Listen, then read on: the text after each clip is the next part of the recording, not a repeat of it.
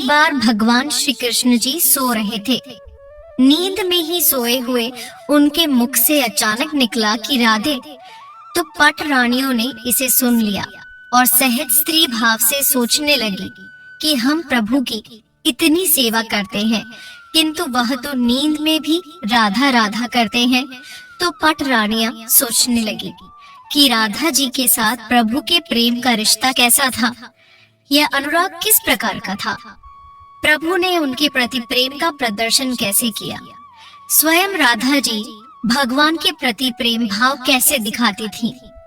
रुक्मणी और अन्य रानियों के मन में यही सारे सवाल उठने लगे और वह सोचने लगी कि हमें कौन बताए।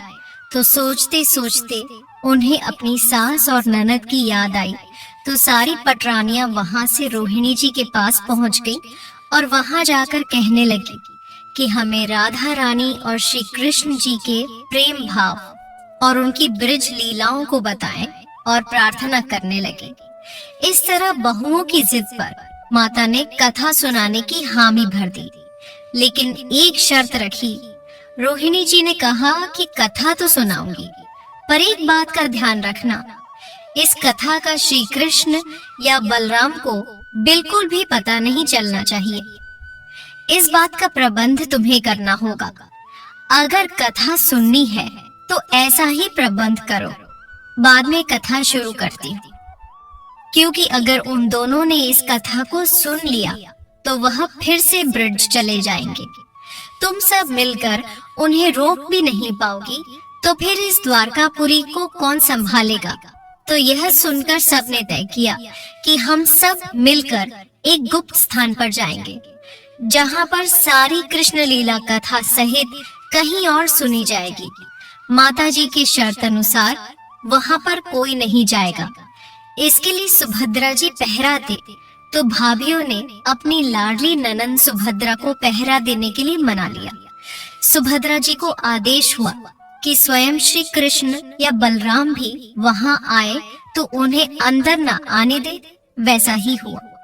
फिर माता ने कथा सुनानी शुरू कर दी। सुभद्रा द्वार पर तैनात थी। माता रोहिणी ने भगवान की सेशव लीला का बखान शुरू किया। भगवान नवजात शिशु के रूप में कैसे लगते थे, किस प्रकार से सोते थे, कैसे बाल सुलभ करते थे। रोहिणी जी इतने भाव विभोर से सुना रही थी जैसे कथा नहीं है, सब कुछ उसी समय चल रहा है। सारी बहुएं आनंद मग्न होकर कथा सुन रही थीं। कथा सुनकर सुभद्रा दीदी वहां पर आकर बाल रूप में अनुभव करने लगी और पहरा देते देते वहीं द्वार पर बैठते उन्हें कुछ भी होश नहीं था। थोड़ी देर में श्री कृष्ण और बलराम वहां आ पहुंचे। सुभद्रा जी को द्वार पर ऐसे बैठा हुआ देखा तो उन्हें शक हुआ। बाहर से ही श्री कृष्ण जी ने अपनी सूक्ष्म शक्ति द्वारा अपनी माता द्वारा वर्णित ब्रिज लीलाएं आनंद लेकर सुनने लगे। बलराम जी भी कथा का आनंद लेने लगे। पटरानियां तो वैसे भी कथा में डूबी हुई थी। भगवान भी विभोर होकर सुध बुद्ध खो बैठे। ऐसे विभोर हुए कि मूर्ति के समान जड़ प्रतीत होने लगे। बड़े ध्यान पूर्वक देखने पर भी उनके हाथ पैर दिखाई नहीं दे रहे थे। सुदर्शन ने द्रवित होकर लंबा रूप धारण कर लिया। तभी अचानक देवर्षि नारद का वहां पर प्रवेश हो गया। देव मुनि नारद भी भगवान के इस रूप को देखकर आश्चर्यचकित होकर निहारते रहे। कोई भी वहां पर सुध में नहीं था। सारे अपनी सुध बुध खो बैठे थे। उन्हें देखकर कथा सुनते सुनते नारद जी भी अपनी सुध बुध खो बैठे। कुछ समय बाद नारद की तंद्रा भंग हुई। उन्होंने भगवान को प्रणाम करके कहा कि प्रभु, मेरी इच्छा है कि जो मैंने आपका रूप आज देखा है, मैं चाहता हूँ कि आपका वही रूप भक्त जनों को पृथ्वी लोक पर चिरकाल तक देखने को मिले। आप इस रूप में पृथ्वी पर वास करें। तो भगवान नारद जी की बात सुनकर बहुत ही प्रसन्न हुए और उन्होंने कहा कि तथास्तु कली काल में इसी रूप नीलांचल क्षेत्र में अपना स्वरूप प्रकट करूंगा। आपने जिस बाल भाव वाले रूप में अंगहीन मुझे देखा है, मेरा वही विग्रह प्रकट होगा। आपको धैर्य पूर्वक उसकी प्रतीक्षा करनी होगी। यह सुनकर नारद जी तो प्रसन्नता से गदगद हो उठे कि भगवान ने मेरी प्रार्थना स्वीकार कर ली। उन्होंने भगवान से पूछा कि वह भाग्यशाली कौन होगा जिसे यह सुअवसर मिलेगा। आप तो जानते हैं मेरी कमजोरी है, मेरा कौतूहल। इस बात को यदि मैं ना जानूं तो मैं व्याकुल रखूंगा। प्रभु, क्या मैं कलिकाल के आने तक व्याकुल रहूं?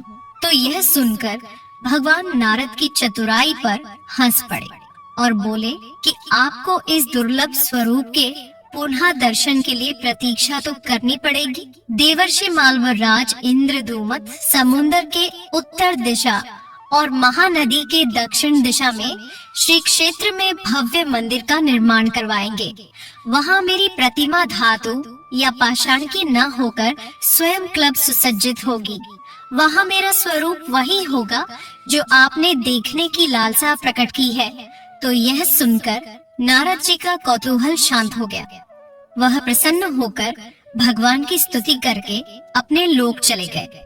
श्री क्षेत्र यानी जगन्नाथपुरी क्षेत्र में इंद्रधूमन द्वारा भगवान जगन्नाथ जी की मंदिर की स्थापना की कथा यहीं से आरंभ होती है। भगवान नीलमाधव के इस पुरुषोत्तम क्षेत्र पर सुदूर मालव में राज करने वाले इंद्रद्युम्न कैसे पहुँचे, कैसे हुई मंदिर की स्थापना, क्यों कहा जाता है इसे पुरुषोत्तम क्षेत्र, यह बहुत ही सुंदर कथा है। राजश्री राजा इंद्रधूमत की इंद्रधूमन श्रेष्ठ प्रजापति राजा थे। अपनी प्रजा से बहुत ही प्रेम करते थे। प्रजा भी अपने राजा से बहुत ही प्रेम करती थी।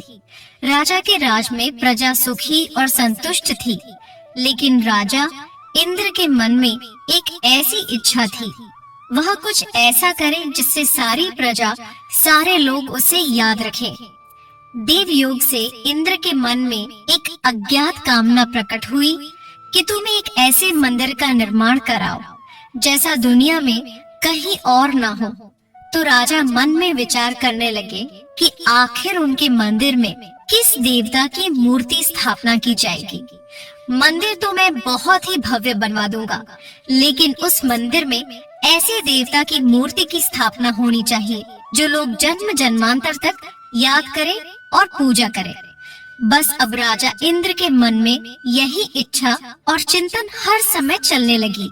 एक रात राजा इसी बात पर गंभीर चिंतन करते करते सो गए तो नींद मेरा घर एक सपना देखा। सपने में उन्हें एक देववाणी सुनाई दी।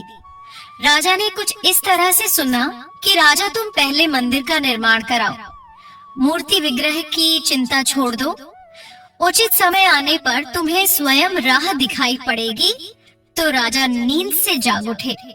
सुबह होते ही उन्होंने अपने मंत्रियों को सपने की बात बताई। राज पुरोहितों को भी बुलाया गया तो सब ने कहा कि जैसा सपने में तुम्हें सुनाई दिया है ठीक वैसा ही करो। तो शुभ मुहूर्त में पूर्वी समुद्र तट पर एक विशाल मंदिर के निर्माण का निश्चय हुआ। वैदिक मंत्रोच्चारण के साथ मंदिर निर्माण का श्री गणेश हुआ। जैसे ही राजा इंद्र के मंदिर बनवाने की सूचना दूर दूर तक की शिल्पियों और कारीगरों को हुई तो सारे इसमें योगदान देने के लिए पहुंच गए। दिन रात मंदिर के निर्माण में जुट गए। कुछ वर्षों में एक भव्य मंदिर बनकर तैयार हो गया। सागर तट पर एक विशाल मंदिर का निर्माण तो हो गया, परंतु मंदिर के भीतर भगवान की मूर्ति अब किसकी रखी जाए, वह चिंता जस की तस थी। राजा फिर से चिंतित होने लगे तो एक दिन राजा मंदिर के गर्भगृह में बैठकर इसी चिंता में बैठे थे कि अचानक राजा की आंखों से आंसू निकल आए। राजा ने भगवान से विनती की कि प्रभु, आपकी किस स्वरूप को इस मंदिर में स्थापित करूं? इसकी चिंता से मैं बहुत ही व्याकुल हूँ। मुझे कोई मार्ग दिखाइए। आपने सपने में जो संकेत दिया था उसे पूरा होने का अब समय कब आएगा? देव विग्रह मंदिर देखकर सारे लोग मुझ पर हंसेंगे कि राजा ने कितना बड़ा मंदिर बनवाया है, अंदर कोई मूर्ति नहीं है। तो यह बोलकर राजा की आंखों से आंसू बह रहे थे। वह प्रभु से प्रार्थना करते जा रहे थे। प्रभु, आपके आशीर्वाद से मेरा बड़ा सम्मान है। प्रजा समझेगी कि मैंने झूठ मूठ के स्वप्न में आपकी आदेश की बात कहकर इतना बड़ा श्रम करवाया है। हे प्रभु, आप मुझे मार्ग दिखाइए कि मैं क्या करूं। इस तरह से बोलते हुए राजा दुखी मन से अपने महल में चले गए। रात को सोते समय भी यही बात सोचते रहे। सोचते सोचते राजा को नींद आ गई। तो उस रात राजा ने फिर एक सपना देखा। सपने में उसे वही देववाणी सुनाई दी। कहा कि राजन, यहाँ निकट में भगवान श्री कृष्ण का विग्रह रूप है। तुम्हें उसे खुद खोजना होगा।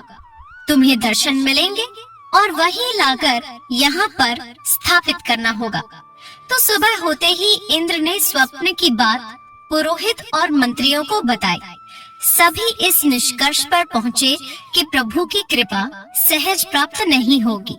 उसके लिए हमें मन से परिश्रम करना होगा। हमें तलाशना होगा कि भगवान श्री कृष्ण का विग्रह रूप कहाँ है। तो राजा इंद्रधूमल ने भगवान के विग्रह का पता लगाने की जिम्मेदारी 4 विद्वान पंडितों को सौंप दी। प्रभु की इच्छा से प्रेरित होकर चारों विद्वान चारों दिशाओं में निकल गए। उन चारों में से एक विद्वान विद्यापति थे। वह चारों में सबसे कम उम्र के थे। प्रभु की विग्रह की खोज के दौरान उनके साथ बहुत सी अलौकिक घटनाएं हुई।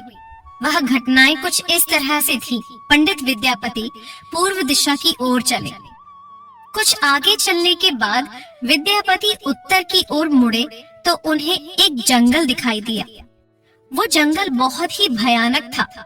विद्यापति श्री कृष्ण के उपासक थे। उन्होंने श्री कृष्ण जी का स्मरण किया और राह दिखाने की प्रार्थना की। भगवान श्री कृष्ण की प्रेरणा से उन्हें राह दिखने लगी। प्रभु का नाम लेते हुए वह वन में चले जा रहे थे। जंगल के मध्य में उन्हें एक पर्वत दिखाई दिया। पर्वत के वृक्षों से संगीत की ध्वनि और शोर में गीत सुनाई पड़ रहा था। विद्यापति संगीत के जानकार थे। उन्हें वहां मृदंग, बंसी और करताल की मिश्रित ध्वनि सुनाई दे रही थी। यह संगीत उन्हें बहुत ही दिव्य लगा। संगीत की लहरियों को खोजते हुए विद्यापति आगे बढ़ने लगे। वह बहुत ही जल्द पहाड़ी की चोटी पर पहुंच गए। पहाड़ के दूसरी ओर उन्हें एक सुंदर घाटी दिखी, जहां पर भील नृत्य कर रहे थे। विद्यापति उस दृश्य को देखकर मंत्रमुग्ध हो गए। सफर के कारण थके थे, पर संगीत से थकान मिट गई और उन्हें नींद आने लगी। अचानक बाघ की गर्जना सुनकर विद्यापति घबराने लगे। बाघ उनकी तरफ दौड़ता हुआ आ रहा था। बाघ को देखकर विद्यापति घबरा गए और बेहोश होकर वहीं जमीन पर गिर पड़े। बाघ विद्यापति पर आक्रमण करने ही वाला था कि तभी एक स्त्री ने बाघ को पुकारा, तो बाघ आवाज को सुनकर मौन होकर खड़ा हो गया। स्त्री ने उसे लौटने का आदेश दिया तो वह वापस लौट पड़ा। बाघ उस स्त्री के पैरों में ऐसे लौटने लगा जैसे कोई बिल्ली पुकार सुनकर खेल रही हो। वह स्त्री बाघ की पीठ को थपथपाने लगी। वह स्त्री वहां मौजूद अन्य स्त्रियों में से सबसे सुंदर थी। वह राजा विश्वसु की इकलौती पुत्री ललिता थी। ललिता ने अपनी सेविकाओं को अचेत विद्यापति की देखभाल करने के लिए भेजा। सेविकाओं ने झरने से जल लेकर विद्यापति पर छिड़का। कुछ देर बाद विद्यापति की चेतना लौट आई। उन्हें जल पिलाया गया। विद्यापति यह सब देखकर आश्चर्य में थे। फिर ललिता विद्यापति के पास आई और पूछा कि आप कौन हैं और इतनी भयानक जानवरों से भरे हुए इस जंगल में आप कैसे पहुंचे? आपके आने की वजह बताइए ताकि मैं आपकी सहायता कर सकूं। लेकिन विद्यापति के मन से बाघ का भय अभी पूरी तरह से गया नहीं था। ललिता ने यह बात भांप ली तो उन्हें दिलासा देते हुए कहा कि ब्राह्मण देव, आप मेरे साथ चले। जब आप बिल्कुल स्वस्थ हो जाएं, तब अपने लक्ष्य की ओर प्रस्थान करना। तो विद्यापति ललिता के पीछे पीछे उनकी बस्ती की तरफ चल पड़ा। विद्यापति राजा विश्वसु से मिला और उन्हें अपना परिचय दिया। विश्वसु विद्यापति जैसे विद्वान से मिलकर बहुत ही प्रसन्न हुए। राजा के अनुरोध पर विद्यापति कुछ दिनों तक वहां अतिथि बनकर और वहां पर लोगों को धर्म और ज्ञान का उपदेश देने लगे। उनके उपदेशों को राजा तथा ललिता बड़ी रुचि के साथ सुना करते थे। ललिता के दिल में विद्यापति के लिए अनुराग पैदा हो गया। विद्यापति ने भी भांप लिया कि ललिता जैसी सुंदरी को उनसे प्रेम हो गया है, किंतु विद्यापति एक बड़े कार्य के लिए निकले थे, इसीलिए वहां से निकलने की तैयारी करने लगे। तभी विद्यापति बीमार हो गए तो उन्हें वहां और रुकना पड़ा। तो ललिता ने उसकी खूब सेवा की, जिससे विद्यापति के मन में भी ललिता के प्रति प्रेम भाव पैदा हो गया। इस बात को ललिता के पिताजी विश्वसु ने भी भांप लिया था। तो उन्होंने ललिता से पूछा तो ललिता ने कहा, जैसा आपको उचित लगे वैसा आप करें। तो विश्वसु ने विद्यापति के सामने प्रस्ताव रखा कि आप ललिता से विवाह कर लें। तो विद्यापति ने इसे स्वीकार कर लिया। दोनों का खूब धूमधाम से विवाह कर दिया गया। विवाह करके विद्यापति प्रसन्न तो था, लेकिन जिस महत्वपूर्ण कार्य के लिए वह आया था वह कार्य अधूरा था। यही चिंता उन्हें बार बार सता रही थी। दिन बीतते ही जा रहे थे। इसी बीच विद्यापति को एक विशेष बात पता चली कि विश्वसु हर सुबह सवेरे नहा धोकर कहीं चला जाता है और सूर्योदय के बाद ही लौटता है। कितनी भी विकट स्थिति हो, उसका यह नियम कभी भी नहीं टूटता। तो विश्वसु के इस अटूट नियम पर विद्यापति को बहुत ही आश्चर्य हुआ। उसके मन में इस रहस्य को जानने की इच्छा हुई। आखिर विश्वसु जाता कहाँ है? तो एक दिन विद्यापति ने ललिता से इस बारे में पूछा कि तुम्हारे पिताजी ब्रह्म मुहूर्त में उठकर कहाँ जाते हैं और अपने इस नियम को टूटने भी नहीं देते। आप मुझे बताओ। तो यह सुनकर ललिता तो सहम गई। विद्यापति के मुंह से इस तरह की बात सुनकर ललिता के सामने धर्म संकट आ गया। वह पति की बात को ठुकरा नहीं सकती थी, लेकिन पति जो पूछ रहा था वह उसके वश में नहीं था। वह उसके कुल की गोपनीय बात थी जिसे खोलना संभव नहीं था। तो ललिता ने कहा कि स्वामी, यह हमारे कुल का रहस्य है जिसे किसी के सामने खोला नहीं जा सकता, परंतु आप मेरे पति और मैं आपको कुल का पुरुष मानते हुए जितना संभव है उतना बताती हूँ। यह कहकर ललिता ने बताया कि यहाँ से कुछ दूरी पर एक गुफा है जिसके अंदर हमारे कुल देवता हैं। उनकी पूजा हमारे पूर्वज करते आए हैं। हमारी परंपराओं के अनुसार इस पूजा को नियमित रूप से करना है। उसी पूजा के लिए मेरे पिताजी रोज सुबह नियमित रूप से जाते हैं। कितनी भी विकट समस्या सामने हो, हमारी कुल का नियम है कि पूजा को बीच में नहीं छोड़ना। यह कहकर ललिता ने कहा, स्वामी, मैं इतना ही जानती हूँ। ये सब मैंने आपको बता दिया, इससे ज्यादा मुझे पता नहीं है। तो सुनकर विद्यापति ने ललिता से कहा कि वह भी उनके कुल देवता के दर्शन करना चाहते हैं। तो ललिता बोली कि यह तो बिल्कुल ही संभव नहीं है। हमारे कुल देवता के बारे में किसी को जानने की इच्छा है। यह सुनकर तो मेरे पिताजी क्रोधित हो जाएंगे, लेकिन विद्यापति की ओर जानने की इच्छा बढ़ती ही जा रही थी। वह तरह तरह से ललिता को अपने प्रेम की शपथ देकर उसे मनाने लगे। आखिरकार ललिता ने कहा कि वह अपने पिताजी से विनती करेगी कि आपको उस देवता के दर्शन करा दे। तो यह सुनकर विद्यापति बहुत ही खुश हुआ। लेकिन जब ललिता ने अपने पिताजी से कहा कि विद्यापति हमारे कुल देवता के दर्शन करना चाहते हैं, तो सुनकर उसके पिताजी क्रोधित हो गए और कहा कि यह बिल्कुल ही संभव नहीं है। तो ललिता ने कहा कि पिताजी, मैं आपकी अकेली संतान हूँ। आपके बाद देवता की पूजा का दायित्व मेरा ही होगा। इसीलिए मेरे पति का यह अधिकार बनता है, क्योंकि आगे से उन्हीं को पूजा करनी होगी। तो आप मेरी बात मान लीजिए। सिर्फ एक बार उन्हें दर्शन कर लेने दीजिए। तो यह सुनकर विश्वासु अपनी बेटी के प्यार के आगे झुक गए और बोले, बेटा, गुफा के दर्शन तभी किसी को कराए जा सकते हैं जब वह भगवान की पूजा का दायित्व अपने हाथ में ले। तुम विद्यापति से पूछ लेना। तो ललिता ने बड़ी ही खुशी पूर्वक विद्यापति को जाकर कहा। तो विद्यापति ने कहा कि मैं दायित्व को स्वीकार करता हूँ। तो यह सुनकर विश्वासु विद्यापति को देवता का दर्शन कराने के लिए राजी हो गए। दूसरे दिन सूर्योदय से पूर्व विद्यापति की आंखों पर पट्टी बांधकर विश्वासु उसका दाहिना हाथ पकड़कर गुफा की तरफ चल पड़े। विद्यापति बहुत तेज था।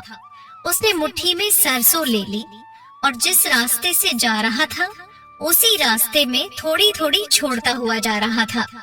जैसे ही गुफा के पास पहुंचे तो दोनों गुफा के अंदर गए। विश्वासु ने विद्यापति की आंखों की काली पट्टी खोल दी। पट्टी खुलते ही विद्यापति ने देखा कि गुफा में नीले रंग का प्रकाश चमक रहा है।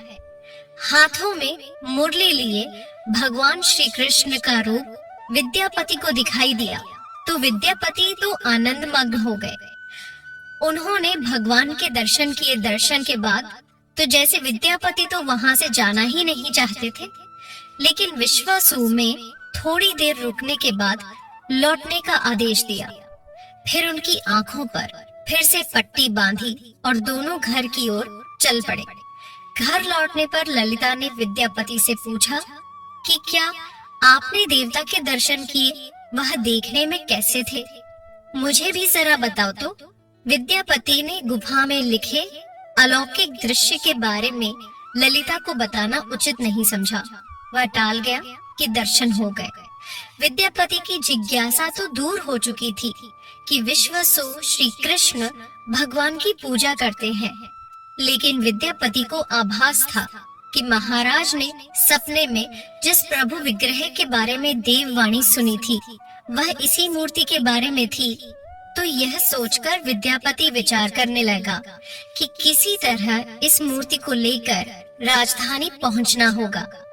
वह एक तरफ तो गुफा से मूर्ति को ले जाने की सोच रहे थे और दूसरी तरफ भील राजा और अपनी पत्नी के साथ विश्वासघात के बारे में विचार कर रहे थे। सोच सोचकर बहुत ही दुखी हो रहे थे कि क्या यह सही होगा। इन लोगों ने मुझ पर इतना विश्वास किया है और मैं इनके साथ विश्वासघात करूंगा। विद्यापति धर्म और अधर्म के बारे में सोचता ही रहा। फिर विचार आया कि यदि विश्वासु ने सचमुच उस पर विश्वास किया होता तो आंखों पर पट्टी बांधकर गुफा तक लेकर नहीं जाता।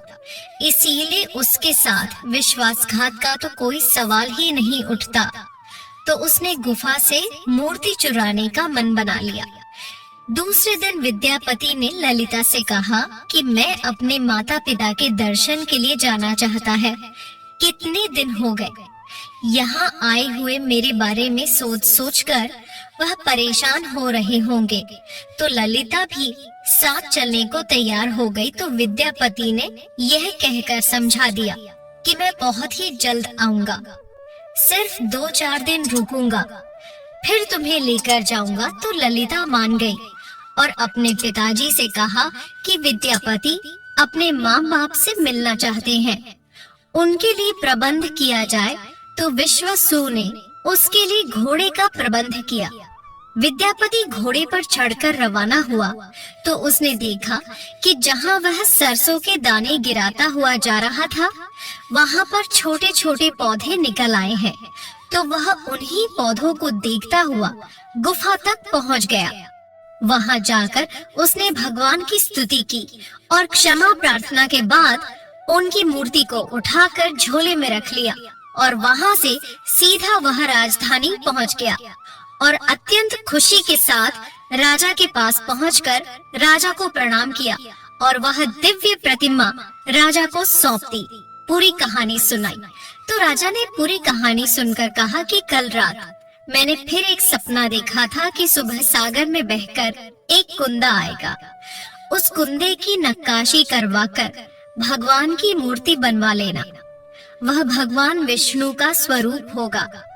तुम जिस मूर्ति को लाए हो वह भी भगवान विष्णु का ही अंश है, क्योंकि भगवान श्री कृष्ण विष्णु जी के ही अवतार हुए हैं। अब दोनों आश्वस्त हो गए, उनकी तलाश पूरी हो गई थी। राजा ने कहा कि जब भगवान द्वारा भेजी गई लकड़ी से हम इस प्रतिमा का बड़ा स्वरूप बना लेंगे, तब अपने ससुर को यह मूर्ति वापस कर देना और माफी मांग लेना। उनके कुल देवता का इतना बड़ा विग्रह एक भव्य मंदिर में स्थापित देखकर उन्हें बहुत ही खुशी होगी। दूसरे दिन कुंदे को लाने के लिए सूर्योदय से पहले ही राजा विद्यापति और मंत्रियों को लेकर सागर तट पर पहुंच गए। स्वप्न के अनुसार एक बड़ा सा कुंदा पानी में बहकर आ रहा था, तो सभी उसे देखकर बहुत ही प्रसन्न हुए। 10 नावों पर बैठकर राजा के सेवक उस कुंदे को खींचने के लिए पहुंचे। मोटी मोटी रस्सियों से कुंदे को बांधा गया और फिर जैसे ही खींचा तो वह कुंदा को टस से मस ही नहीं हुआ। राजा के सेवक निराश होकर वापस लौट आए। राजा ने फिर सैकड़ों लोगों को और नाव को वहां पर भेजा, लेकिन फिर भी खून देखो, हिलाया भी नहीं जा सकता था। तो तू राजा का मन यह देखकर बहुत ही उदास हो गया। राजा को उदास देखकर सेनापति ने एक लंबी सेना कुंदे को खींचने के लिए भेज दी। सागर में सैनिक ही सैनिक नजर आने लगे, लेकिन सारे मिलकर भी कुंदे को अपने स्थान से हिला भी नहीं पाए। कोशिश करते करते सुबह से रात हो चुकी थी। अचानक राजा ने एक काम रोकने का आदेश दिया। फिर विद्यापति को अकेले में ले जाकर कहा कि विद्यापति, मैं समस्या का कारण जान चुका हूँ। अब राजा के चेहरे पर संतोष के भाव थे। राजा ने विद्यापति को गोपनीय रूप से कहा कि तुम मेरे साथ चलो। मैं यह नहीं बताऊंगा कि हमें कहाँ चलना है, बस अब हमें एक ही काम करना है, उसके बाद भगवान का विग्रह बन जाएगा। राजा इंद्रधुवन को भगवान की प्रेरणा समझ में आने लगी कि आखिर प्रभु के विग्रह के लिए लकड़ी का कुंदा पानी में बहकर आया है, वह हिल क्यों नहीं रहा। तो राजा ने विद्यापति को बुलाया और कहा कि जिस दिव्य मूर्ति को तुम अपने साथ लाए हो, उसकी पूजा पाठ बरसों से तुम्हारे ससुर करते आ रहे हैं, इसीलिए तुम्हें तुरंत उनसे भेंट करनी होगी और क्षमा मांगनी होगी। मुझे लगता है कि बिना उनकी स्पर्श किए ये कुंदा आगे नहीं बढ़ने वाला है। राजा इंद्र धूमल और विद्यापति विश्वासु से मिलने के लिए चल पड़े। राजा ने पर्वत की छोटी से जंगल की सुंदरता को देखा तो देखता ही रह गया। दोनों भीलों की बस्ती की ओर चुपचाप चलते रहे। इधर विश्वासु विद्यापति के जाने के बाद अपने नियमित दिनचर्या के हिसाब से गुफा में अपने कुल देवता की पूजा के लिए गए थे, तो वहां पर प्रभु की मूर्ति गायब दिखी। तो वह समझ गए थे कि यह छल उनके दामाद ने ही किया है। मूर्ति गायब देखकर राजा विश्वासु को बहुत ही दुख हुआ और वह वहां से घर लौट आए। घर आकर ललिता को सारी बात बताई और अत्यधिक पीड़ा के साथ विलाप करते हुए घर के आंगन में पछाड़ खाकर गिर गए। ललिता अपने पति द्वारा किए गए विश्वासघात से बहुत ही दुखी थी और वो स्वयं को इसका जिम्मेदार मान रही थी। पिता पुत्री दिन भर विलाप करते रहे। उन्होंने एक दाना भी अनाज का नहीं खाया। अगली सुबह विश्वासु उठे और सदा की तरह अपनी दिनचर्या का पालन करने के लिए गुफा की तरफ बढ़ने के लिए वह जानते थे कि प्रभु का विग्रह वहां नहीं है। फिर भी उनके पैर गुफा की ओर खींचे चले जा रहे थे। विश्वासु के पीछे ललिता और रिश्तेदार भी चल दिए। विश्वासु गुफा के भीतर पहुंचे जहां भगवान की मूर्ति होती थी। उस चट्टान के पास खड़े होकर हाथ जोड़कर खड़े हो गए। काफी देर तक खड़े रहने के बाद फिर उस ऊंची चट्टान पर गिर गए और जोरों से रोने लगे। उनके पीछे उनकी सारी प्रजा भी रोने लगी। तभी एक भील युवक भागता हुआ गुफा के पास आया और बोला कि महाराज, अभी मैंने आपके दामाद को बस्ती की ओर आते हुए देखा है। और साथ में राजा इंद्रधूम्न भी है। तो सारे लोग चौंक उठे। राजा के स्वागत के लिए गुफा से बाहर निकले, लेकिन उनकी आंखों में आंसू थे। राजा इंद्रदूम्न विश्वसु को इतना पीड़ा से भरा हुआ देखा तो उसके पास आए और अपने हृदय से लगा लिया। फिर बोले कि भीमराज, तुम्हारे कुल देवता की प्रतिमा का चोर तुम्हारा दामाद नहीं है, मैं हूँ। उसने तो अपने महाराज की आदेश का पालन किया था। यह सुनकर सारे लोग चौंक उठे। राजा को बैठने के लिए आसन दिया। आसन पर बैठकर राजा ने विश्वसु को शुरू से लेकर अंत तक की सारी बात बताई और कहा कि आपकी हमें यह सब क्यों किया। फिर राजा ने विश्वसु को अपने सपनों की ओर जगन्नाथपुरी में सागर तट पर मंदिर निर्माण की सारी बात कह राजा ने विश्वसु से प्रार्थना की कि भील सरदार, विश्वसु कई पीढ़ियों से आपके वंश के लोग भगवान की मूर्ति को पूजते हुए आए हैं। भगवान की उस विग्रह के दर्शन सभी को मिले, इसके लिए आपकी सहायता हमें चाहिए। सुनकर विश्वसु ने हाथ जोड़कर कहा कि महाराज, मैं आपकी क्या सहायता कर सकता हूँ। तो राजा ने कहा कि ईश्वर द्वारा भेजे गए लकड़ी के कुंदे से बनी मूर्ति के भीतर हम इस दिव्य मूर्ति को सुरक्षित रखना चाहते हैं। पने कुल की प्रतिमा को पुरी के मंदिर में स्थापित करने की अनुमति दे। तो यह सुनकर विश्वसु ने हाँ कर दी और राजी हो गया। लेकिन राजा ने कहा कि यह अभी संभव नहीं है। जब तक तुम उस कुंदे को स्पर्श नहीं करोगे तो मुझे विश्वास है वह किसी से भी नहीं हिलने वाला। तो राजा सपरिवार विश्वसु को लेकर सागर तट पर पहुंच गए। जैसे ही विश्वसु ने कुंदे को छुआ तो छूते ही अपने आप तैरता हुआ वह किनारे पर आ गया। राजा के सेवकों ने उस कुंदे को राजमहल में पहुंचा दिया। दूसरे दिन राजा ने मूर्तिकारों और शिल्पकारों को बुलाकर मंत्रणा की कि आखिर इस कुंदे से कौन से देव मूर्ति बनाना सुखदायक होगा। तो मूर्तिकारों ने कहा कि वे पत्थर की मूर्तियां तो बनाना जानते हैं, लेकिन लकड़ी की मूर्ति बनाने का हमें ज्ञान नहीं है। तो यह सुनकर राजा एक नई विघ्न के पैदा होने से फिर से चिंतित हो गए। उसी समय वहां पर एक बूढ़ा आदमी आया और उसने कहा, इस मंदिर में आप भगवान श्री कृष्ण को उसके भाई बलभद्र तथा बहन सुभद्रा के साथ विराजमान करें। यही देवयोग का संकेत है। तो बूढ़े आदमी की बात सुनकर राजा को कुछ दिलासा तो मिला, लेकिन समस्या यह है कि आखिर मूर्ति बनाएगा कौन। तो उस बूढ़े आदमी ने कहा कि मैं इस कला में बहुत ही कुशल हूँ, मैं इस पवित्र कार्य को पूरा करूंगा और मूर्तियां बना लूंगा। तो राजा ने कहा, ठीक है, शुभ काम में देरी कैसी, आप आज से अभी से शुरू हो जाओ। तो उस बूढ़े आदमी ने कहा कि मेरी एक शर्त है। तो राजा ने कहा कि अपनी शर्त बताओ। तो बूढ़े शिल्पी ने कहा कि मैं भगवान की मूर्ति का निर्माण एकांत में करूंगा। मैं यह काम किसी बंद कमरे में करूंगा। कार्य पूरा होने के बाद में स्वयं ही इस दरवाजे को खोलकर बाहर आऊंगा। ध्यान रखना कि इस बीच में मुझे कोई भी ना बुलाए और ना ही कोई मुझे आवाज दे या दरवाजा खटखटाए। तो राजा सहमत हो गए, लेकिन राजा को एक चिंता हुई और बोले कि यदि आपके पास कोई नहीं आएगा तो ऐसी हालत में आपके खाने पीने की व्यवस्था कैसे होगी। तो शिल्पी ने कहा कि जब तक मैं मेरा काम पूर्ण नहीं करता हूँ तब तक मैं कुछ भी नहीं खाता पीता है, यह भी एक मेरा नियम है। तो राजा ने कहा, ठीक है, राज मंदिर में आप हो जो भी कमरा उचित लगे उसमें आप अपना काम शुरू कर सकते हैं। तो बुढ़े शिल्पी ने राज मंदिर के एक विशाल कक्ष में स्वयं को 21 दिनों के लिए बंद कर लिया और काम शुरू कर दिया।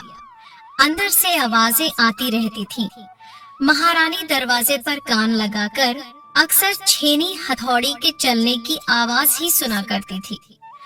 महारानी रोज की तरह दरवाजे पर कान लगाकर खड़ी थी उस दिन 15 दिन हो चुके थे, लेकिन महारानी को कमरे के अंदर से कोई भी आवाज सुनाई नहीं दे रही थी। तो जब मूर्तिकार के काम करने की आवाज सुनाई नहीं दी तो महारानी चिंतित हो गई। उन्होंने सोचा कि आदमी तो बूढ़ा है, खाता पीता कुछ भी नहीं है, कहीं कोई अनिष्ट ना हो जाए। इस तरह सोचकर वह व्याकुल हो उठी और दरवाजे को धक्का देकर खोल दिया।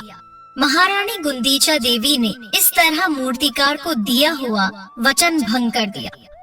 जैसे ही महारानी ने भीतर जाकर देखा तो मूर्तिकार अब भी मूर्तियां बना रहा था, परंतु रानी को देखते ही वह अदृश्य हो गया।